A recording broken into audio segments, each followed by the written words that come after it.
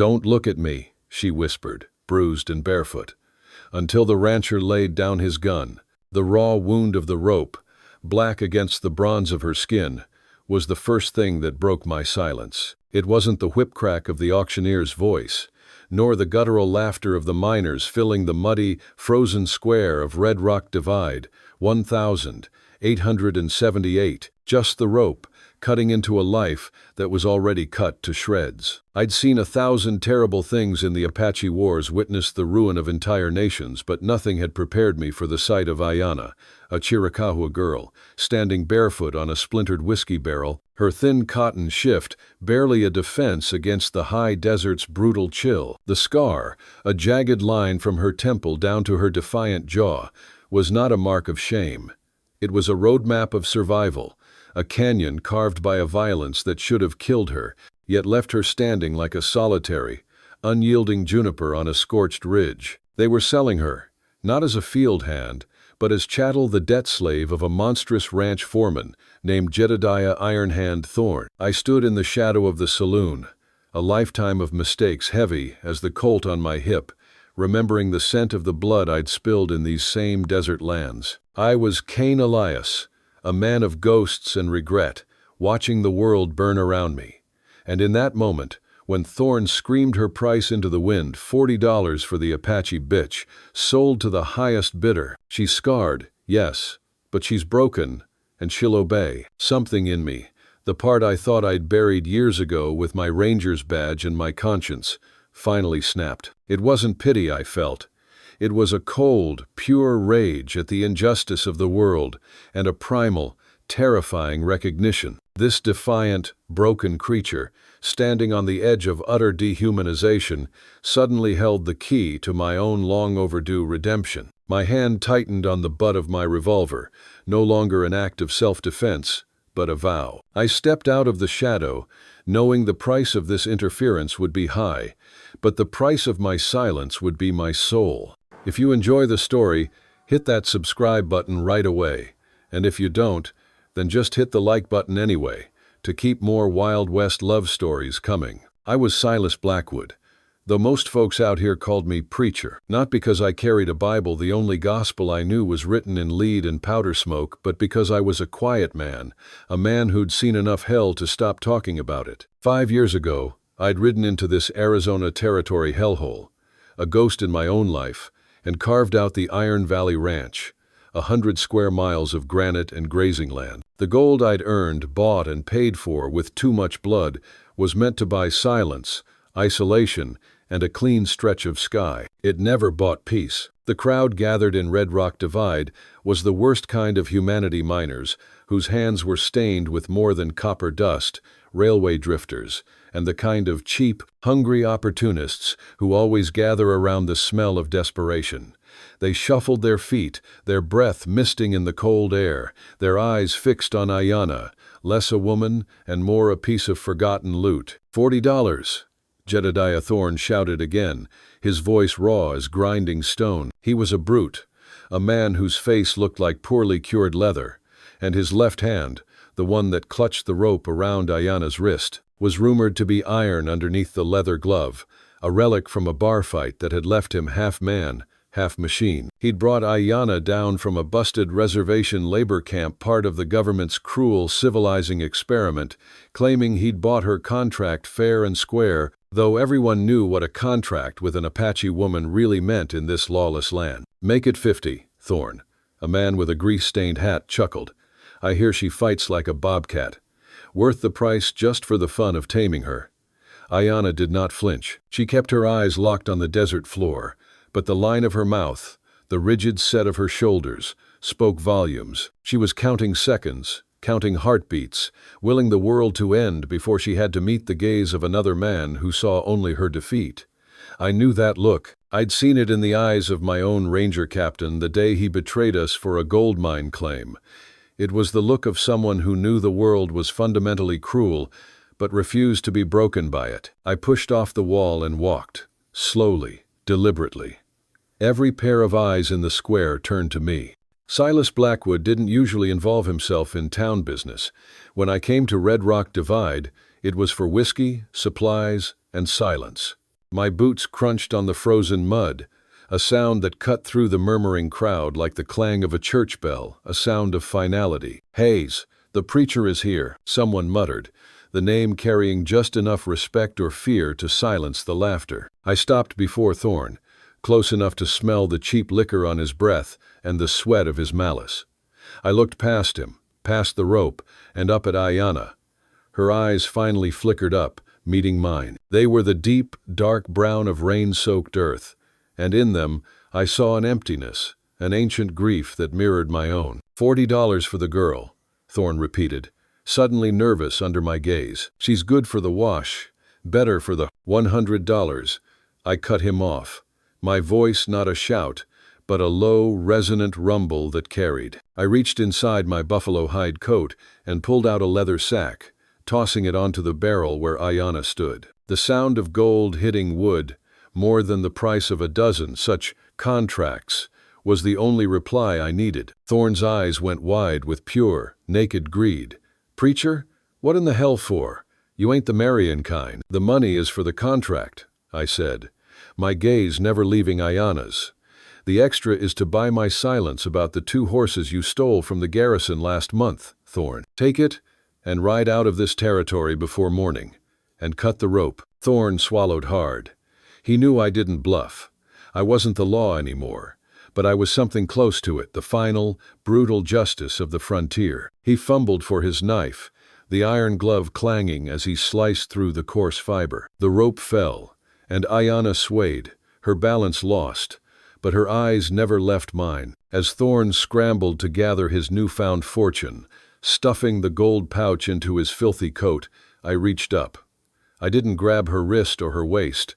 I simply held out my hand. "Come down," I said. She stared at the outstretched hand, calloused, scarred by powder burns, the hand of a man who knew how to kill, and she hesitated. Fear was a language she understood.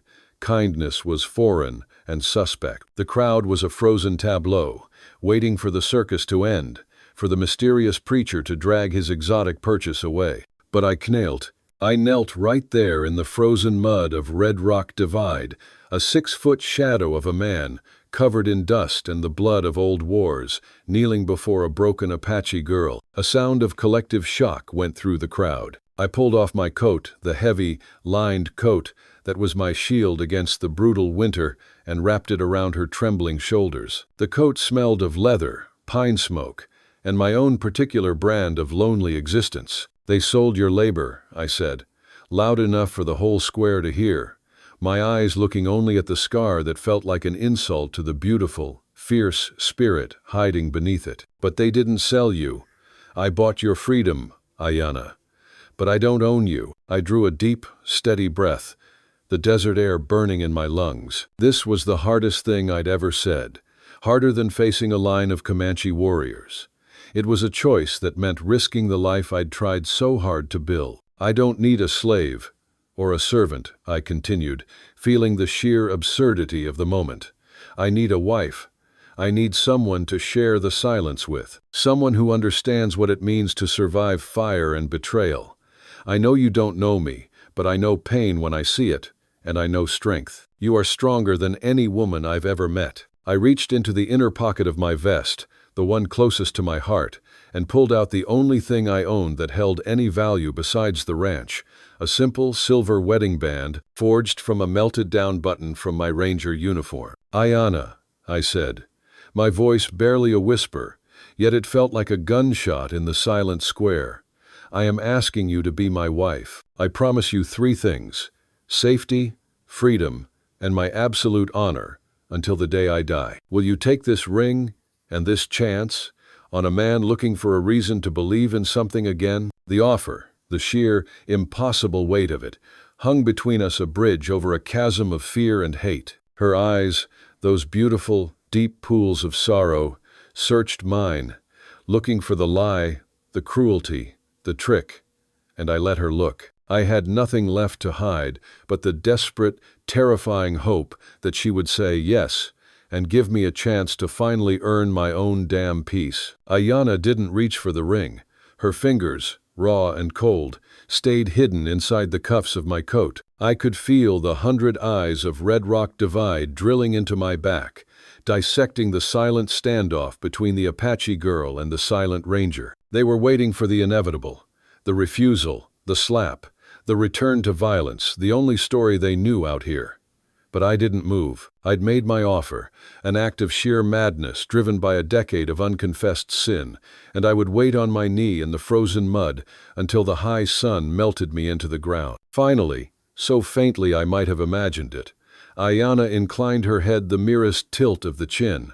It wasn't a nod of agreement, but an acknowledgement of the impossible choice I'd given her. Then her gaze fell to my offered hand, to the scarred knuckles that had delivered and survived so much violence, and she slowly, cautiously, placed her small, ice-cold hand in mine. Her touch was fire and ice all at once, a searing reminder that this was not a dream, but a terrifying reality. "I will come," she whispered, her voice husky from disuse, a sound like dry leaves skittering across the desert.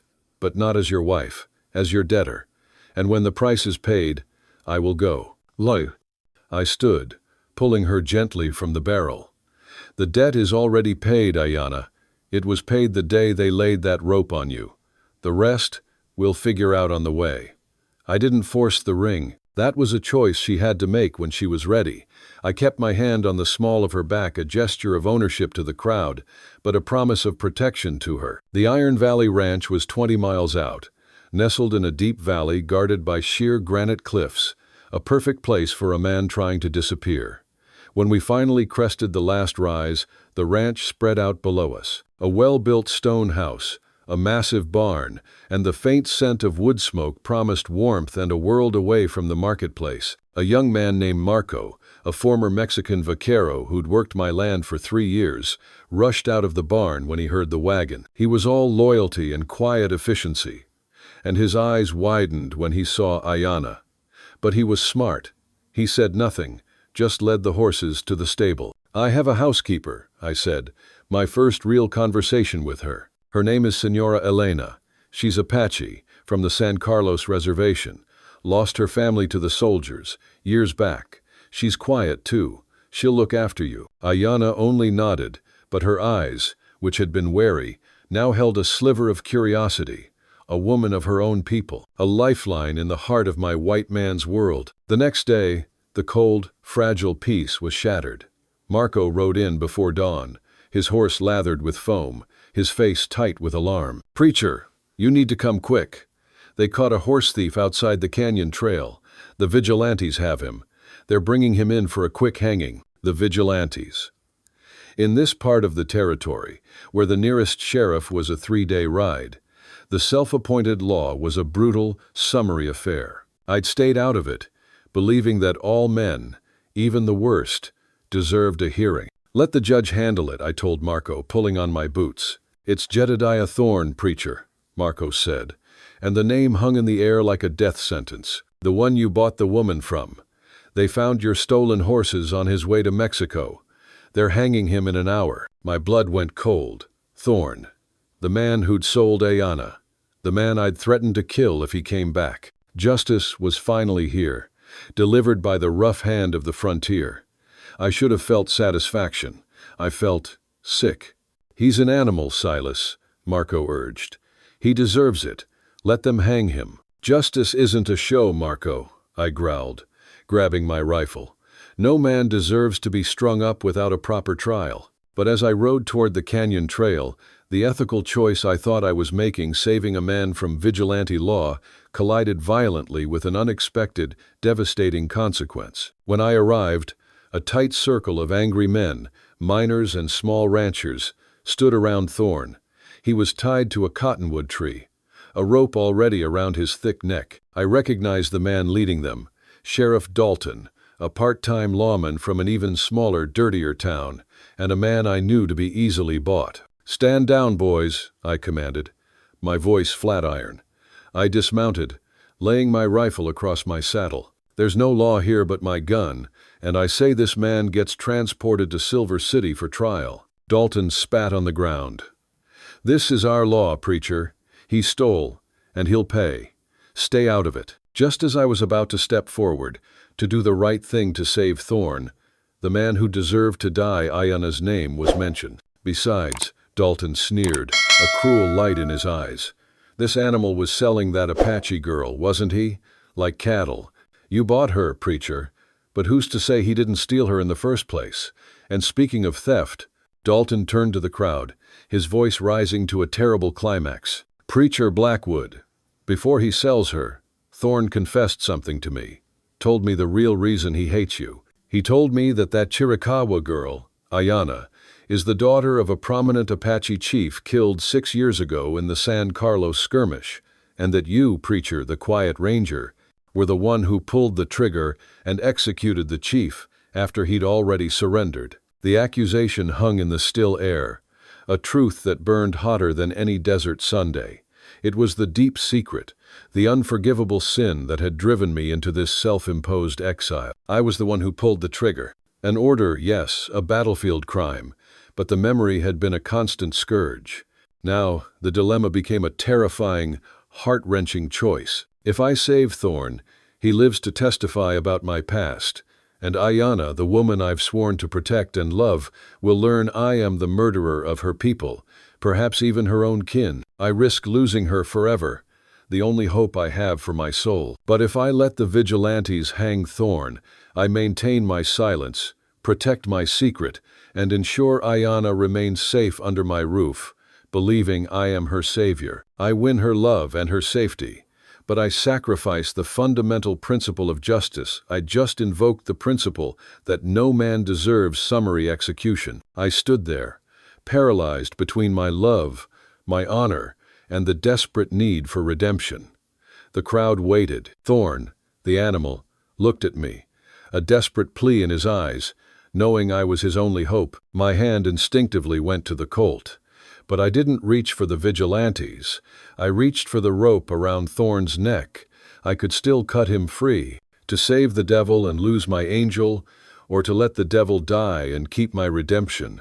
I looked at Thorn, then up at the impossible blue sky, knowing that whatever I chose, my conscience would pay the price. If you like Wild West love stories or Wild West stories, drop a bunch of 1 second and your place in the comments for the Wild West Love channel. Tell me where you're listening from so I don't feel so alone out here. The rope felt like a snake in my hand. Coarse, insistent. It was wrapped around the neck of a man I knew to be pure poison. A man who, in the last terrifying seconds of his wasted life, held the only weapon that could truly destroy me, the truth. Sheriff Dalton and the vigilantes stood ready, their faces grim, expectant. They didn't care about the ranger past I was hiding. They just wanted the spectacle. Thorn's eyes, wide with a final, animal terror, were locked on mine. He knew I had to choose between his miserable life and my impossible new one with Aiyana. I felt the immense, suffocating weight of my masculine code. Honor demanded I intervene, uphold the law, and save him from the mob, regardless of the personal cost. Yet love, this sudden, terrifying, fragile love for Aiyana, screamed for me to stand aside, let the noose tighten, and bury the secret of her chief father with the man who held the evidence. I was a heartbeat from drawing my Colt, a heartbeat from starting a gunfight that would lead to more useless death. But the preacher didn't act without calculation. I felt the cold, hard logic of the old ranger take over. If I save him, I lose Aiyana to the truth. He'll immediately scream. If I let him hang, I am a murderer of the just, no better than a vigilante. The decision didn't come from my heart or my head. It came from my gut. I took the knife from my belt, and with a swift, clean motion, I cut the rope from the tree. Snick. Not the rope around Thorn's neck, but the thick mooring rope securing him to the trunk. The vigilantes roared in protest, surging forward. The man is going to trial. I barked, my voice cutting through the noise. I grabbed Thorn's arm, hauling him to his feet. His iron-gloved hand was cold against mine. He's under my protection now. Any man who tries to stop me will be arrested and held accountable for obstruction and conspiracy to commit murder. I've got the badges of 3 territories to back that claim. Dalton, you know the law. Dalton hesitated. He knew my reputation. He knew Silas Blackwood had a certain reputation for lethal certainty. He cursed and spat, but he lowered his rifle. "Fine, preacher, take the damn thief, but if he doesn't stand trial, I'll be coming for both of you. And don't think I'll forget what he said about your past." I shoved Thorn onto my horse, mounted behind him, and put the muzzle of my Colt hard against his neck. "You say one word about the past, Thorn, and I promise you, I'll take you off this horse and give you back to the mob. You live if I say you live. Understand?" Thorn's head bobbed faintly, the fear in his eyes genuine. He was a bully, not a hero, and the smell of the noose had broken him completely. I delivered Thorn to the garrison on charges of horse theft, then rode back to Iron Valley Ranch, carrying the heavy knowledge that the real reckoning was still to come. I rode back to Iron Valley Ranch, the memory of Thorn's desperate eyes and Dalton's threat hanging over me like a thundercloud. When I arrived, Aiyana was waiting on the porch, wrapped in the wool blanket I'd left her. She watched me dismount, her deep, dark eyes searching my face. She knew something had happened. A woman who has lived her life by reading the movements of violent men doesn't need a newspaper to know a crisis has occurred. "Thorn," I said simply. I had to tell her the rest before she heard it from someone else. "He was caught stealing horses. The vigilantes were going to hang him. I intervened. He's in the garrison jail now, awaiting trial." Aiyana's expression was unreadable. "You saved the man who sold me." "I saved a man from a lynching," I corrected, trying to keep my voice even. "The man deserved justice, not a mob's rage. I'm an old-fashioned man, Aiyana. I believe in the law, even if I broke it more times than I can count." She slowly rose from the chair and walked toward me, her bare feet silent on the wooden porch. She stopped right in front of me, close enough for me to see the defiant flicker of light in her eyes. "He said something," she stated, her voice steady. "The man, Thorn, told them something about you. I heard the men ride past on the way back. They were shouting, they said, that the preacher killed a chief." The air left my lungs as if she had punched me. I had managed to silence the mob, but the rumor, the venom, had already escaped. My secret, the thing I had buried for 6 long years, was now a whisper on the wind, and it had reached the one person it could truly destroy. I looked at the ground, unable to meet her gaze. Silence, the currency I valued most, was my undoing. "Aiyana," I started, the name a painful rasp in my throat. "Was it true, Silas Blackwood?" she demanded, the full weight of her Chiricahua heritage in the question. "Did you kill a chief of my people after he surrendered?" I lifted my head, meeting her gaze. This was the moment of truth, the final judgment I'd been running from. No lies, not to her. "Yes," I admitted, the word tearing out of me, sharp and bitter. 6 years ago, the Apache chief Chana, the Bear Shadow after the battle near the Pinery Canyon. He put down his rifle. My captain gave the order. I carried it out. It was a war crime, a murder, and I've worn it like a hair shirt ever since. Aiyana did not weep. She did not scream. She simply stood there, absorbing the crushing reality of who I was. The man who had saved her, paid for her freedom, and knelt before her, was a murderer of her people. Her savior was her destroyer. The deepest level of tension had been activated, personal betrayal. Then she did the unexpected. She reached up and placed a hand on the jagged scar on her face. "This scar," she said, her voice dropping to a low, intense whisper, "this was given to me by a white man, a drunken cavalry sergeant, who thought he could use my body because his men were killed by my people's resistance. But that is not the wound that matters." Her voice trembled like a blade. "The soldiers took everything from me. And my father, he never came back." She looked at me, her eyes pools of sorrow. "Silas, tell me, when you executed Chief Chana 6 years ago, did you see his face? Did he wear a heavy silver necklace, a circle of suns?" The air thinned. My memory flashed, a vision of the Pinery Canyon, the surrender, the execution, the silver necklace, heavy and distinctive, glinting in the morning Sunday. "Yes," I whispered, my voice barely audible. "The sun circle." Aiyana staggered back, her hand clutching her chest. "Chana was my father. You didn't just kill an enemy, Silas. You killed my father, The man who bought my freedom is the man who created my slavery." She tore off the coat and vanished into the desert. I sank to my knees on the porch, knowing my secret and my sins could never be buried again. "Hey there, friend, take a moment and get yourself a full glass of water. It's easy to forget, but staying hydrated is crucial for your health. Also, if you've been sitting for a while, do a quick lap around the room and give your eyes a break from the screen. Your body will thank you." She ran. The sight of Aiyana vanishing into the high desert scrub, a phantom in the twilight, was worse than any death I had ever witnessed. It was the death of my future, the final, brutal proof that my past could never be outrun. I didn't chase her. My legs were anchored to the porch by the horrifying truth she'd forced me to confront. I was a man who craved honor and justice, yet I was a murderer, a link in the chain of white man's cruelty that had created her misery. My attempt at redemption had only deepened the sin. I stood there for an hour, the taste of ash in my mouth. When Marco finally came and found the discarded coat, he didn't ask questions. He didn't need to. He simply said, "The silence is broken, preacher. You ride after her, or you die here, one way or another." He was right. Staying was to surrender to the slow, poisonous death of regret. Riding after her was a long shot, a gamble on a heart that now had every reason to hate me. I chose the gamble. I chose the fight. I saddled my warhorse, Shadow, loaded my saddlebags with water, dried jerky, and more ammunition than I would ever need. But my objective wasn't to capture her. It was to earn back the right to stand in her presence. That night, under a sky so vast and indifferent it mocked my small, desperate crusade, I rode out. My search led me east, toward the brutal, unforgiving canyons that were the traditional hiding places of the Chiricahua. I was hunting a ghost on her own ground, a ground I knew intimately from the years I'd spent hunting her people. The irony was a bitter pill I choked down with every mile. 2 days in, starved, dehydrated, and nearly broken, I found my first sign.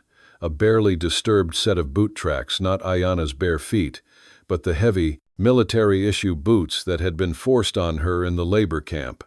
She hadn't gone far on foot. Then, the true revelation came. I stumbled upon a small, hidden Apache cooking fire, still smoking, high in a crevice where no white man would look. And sitting by the fire, whittling a piece of cottonwood, was Two Hawks, a Chiricahua elder I had known by reputation during the wars. He was a man of immense wisdom, and one of the last free-roaming Apache in the territory. Two Hawks didn't startle. He simply looked up at me, a silent, damning judgment in his eyes. The pale face who hunts ghosts. Two Hawks' voice was a low rasp, like dry wind over rock. "You seek the girl, Aiyana." "She fled my ranch," I admitted, dismounting, leaving my rifle on the saddle, an act of submission. "She learned who I was. I killed her father." Two Hawks closed his knife, his gaze unwavering. "We know who you are, Silas Blackwood. We always knew.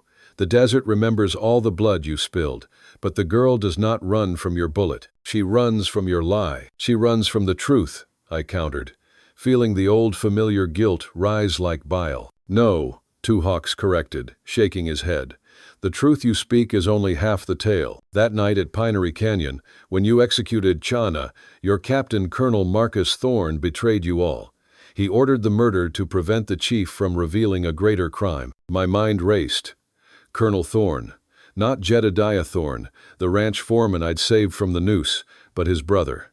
The colonel. "What crime?" I demanded, desperate for a clean truth to cling to. "The Sand Creek Massacre was a great shadow over the army," Two Hawks explained, his eyes distant.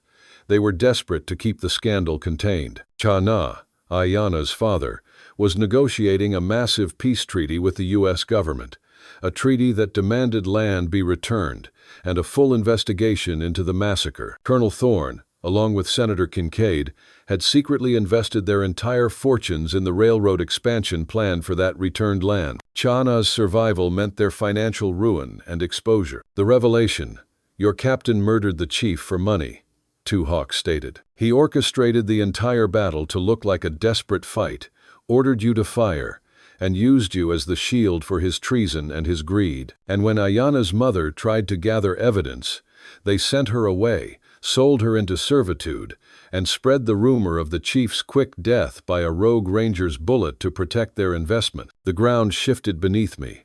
My shame wasn't the murder itself, it was the fact that I was a pawn in a conspiracy far more monstrous than I'd ever imagined. My one great sin was merely a minor part of a greater treason. I hadn't just killed a chief. I had been a tool in the destruction of a peace treaty and the theft of land that should have protected Aiyana's people. And Aiyana's mother? I asked, a new, fragile hope rising in my chest. She is alive, Two Hawks said, pointing a gnarled finger toward the south. She escaped the slavery and is hiding near the old mission. She lives in silent penance, believing her daughter is dead or lost. Aiyana is with her now, having finally found her mother after all these years. I felt the sudden, exhilarating rush of adrenaline, the transformation. This wasn't a spiritual fight anymore. It was a righteous crusade. My military skills, my knowledge of the law, my ranger contacts, all the tools I had buried in shame, were now the very weapons of my justice. My path was clear, not to seek her forgiveness, but to earn it by destroying the real enemy. Colonel Thorne is long gone, I said, thinking fast, the preacher's mind working again. But his brother, Jedediah, the foreman I saved from the noose, he's the last remaining key to the conspiracy. And he's in that garrison jail. The trail of the serpent begins with the tail. Two Hawks agreed.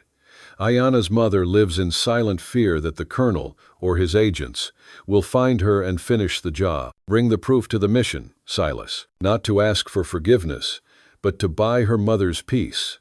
Then, maybe, the spirit will look kindly on your soul. I stood tall, the ranger's spine straight for the first time in 6 years. My final confrontation wasn't with a gun, but with the truth. I looked at Two Hawks, and he nodded, a flicker of something like respect in his ancient eyes. I remounted Shadow, but I wasn't just riding for Aiyana anymore. I was riding for Chana, for Aiyana's mother, for my own stolen honor, and for the lost promise of peace. I turned Shadow not back to the ranch, but south, toward the garrison, to face the man I had saved the key to the truth. The final piece of the puzzle clicked into place. Jedediah Thorne had revealed my crime at the gallows to save himself, gambling that my honor would force me to save him.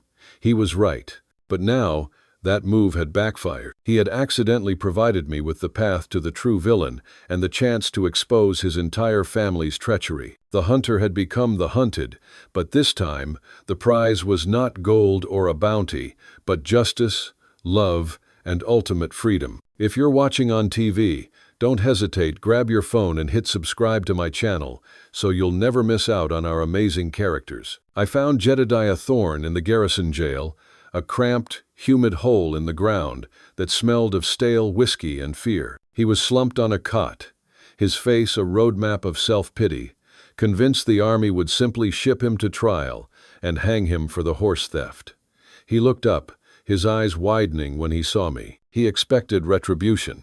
He got the preacher. You saved me, Blackwood, Thorne mumbled, adjusting his iron-gloved hand. Why? To get me back later? I told Dalton what you did to the chief. She knows. You got nothing left to lose. I lost my honor 6 years ago, I said, my voice low and dangerous, and I'm here to reclaim it. I set a stack of official-looking papers on the bar's papers, detailing the charges against Colonel Marcus Thorne, his brother, for treason, murder, and conspiracy to commit fraud against the U.S. government. I know everything, Jedediah. I know your brother ordered the death of Chief Chana to steal the land promised in the treaty. I know he set up the labor camps and the reservation scheme to maintain control. Your little horse theft is nothing but a distraction. Thorne went pale, the bravado leaching out of him. He'll kill me. Marcus will kill me before I testify. Marcus is already riding hard for the border, I lied. The ranger bluff working perfectly. But the army is closing in. You have 2 choices. Stand trial for horse theft, where you'll get 3 years, and then be a dead man walking for what you know about the colonel. Or you sign this full confession detailing your brother's entire conspiracy, implicating him and Senator Kincaid, and I personally guarantee your transfer to the Northern Territory, where you'll disappear into the gold mines with a clean slate.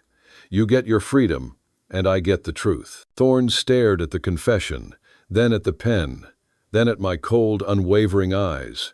He was a coward. He chose survival. He signed. It was a victory won not with a bullet, but with leverage and a deeper understanding of justice, the kind of victory an old ranger like me needed most. With the confession in hand, I rode for the old Spanish mission, where 2 hawks had directed me. I found Aiyana and her mother, Nizoni, together in a small, whitewashed adobe hut. Nizoni was frail but carried the same proud, unyielding spirit as her daughter. Aiyana was feeding her wild sage tea, her eyes still haunted, but softened by the discovery of her mother. I didn't speak.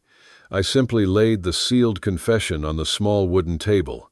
Nizoni picked it up, her hands trembling as she read the long, damning document. The truth that her husband's death was not a failure of war but an act of corporate treason, that her servitude was part of a planned conspiracy washed over her. She looked at me, the ghost of my past, and finally, there was no hatred in her eyes, only profound sorrow, and then a quiet, all-encompassing peace. "Your father's name is cleared, Aiyana," I said, my voice thick with emotion. His last act was not a surrender, but the beginning of a truth that could have saved his people. I was wrong to pull the trigger, but I was a pawn.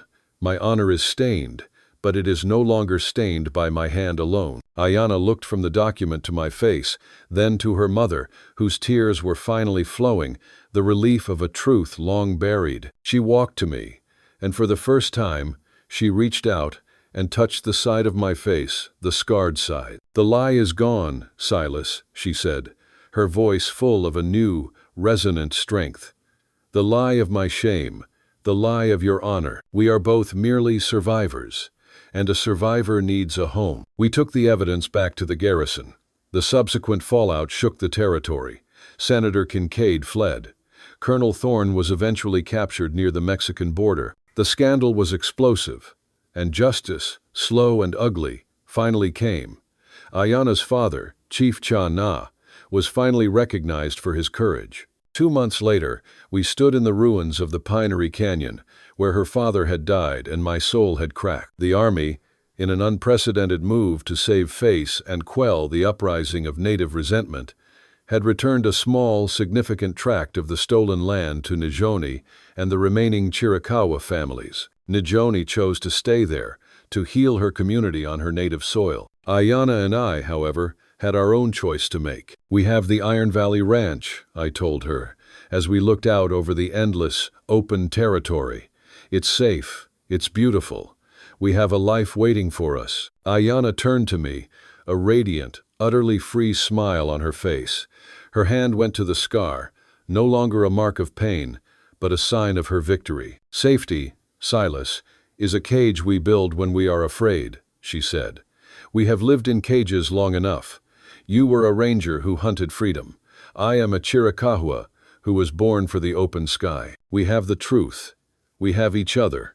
We have our honor. But what about the wind, the next horizon, the life that is not yet known?" She reached into my coat pocket and pulled out the silver wedding ring I'd offered her in the marketplace. "Marry me again, preacher," she challenged, her eyes shining with the spirit of pure adventure, not in a church, but under the open sky. "And when we are done, we will ride. We will ride to the sunset, until we find a place no man has ever scarred, no law has ever reached, and no past can follow." If you've made it this far, I know you're a true fan of WWL. From the bottom of my heart, I wish your day is filled with health and happiness, and may a little stroke of luck find you in the next 15 minutes. Don't forget to share it with me in the comments. The words she spoke were the very essence of my own suppressed longing. The old ranger, the boy who dreamed of the endless frontier, was resurrected by the woman who carried the soul of the desert. She didn't want the comfortable life. She wanted the free life. This was the ultimate expression of cowboy love stories and Wild West love story love as liberation. I took the ring, placed it on her finger under the vast, silent sky, and whispered the only vows that mattered. "Until the next horizon, Aiyana.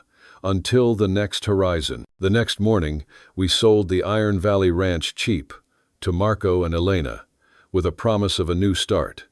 We didn't take the train, didn't ride to town, and didn't look back. We loaded 2 horses with supplies, and with Aiyana riding Shadow and me on my old roan mare, we turned our backs on the safety and the familiar territory. We rode west, straight toward the Sierra Madre Mountains, the ancient homeland of the Chiricahua, the last free territory in the vast American West. We rode side by side, our trail the only trail, our future an unwritten map. The sun was on our faces, the wind in our hair, and the endless sky above us. We were 2 scarred souls, a former ranger and an Apache woman, but we were unified in our purpose, to find the perfect, final peace on the run. Our Wild West love wasn't a story of settling down. It was a testament to the boundless, defiant freedom of the human spirit. We rode until the high peaks of the Sierra Madre were purple against the sky, a wall of rock and freedom. Aiyana turned to me, her face alight with an intoxicating, wild happiness I had never seen.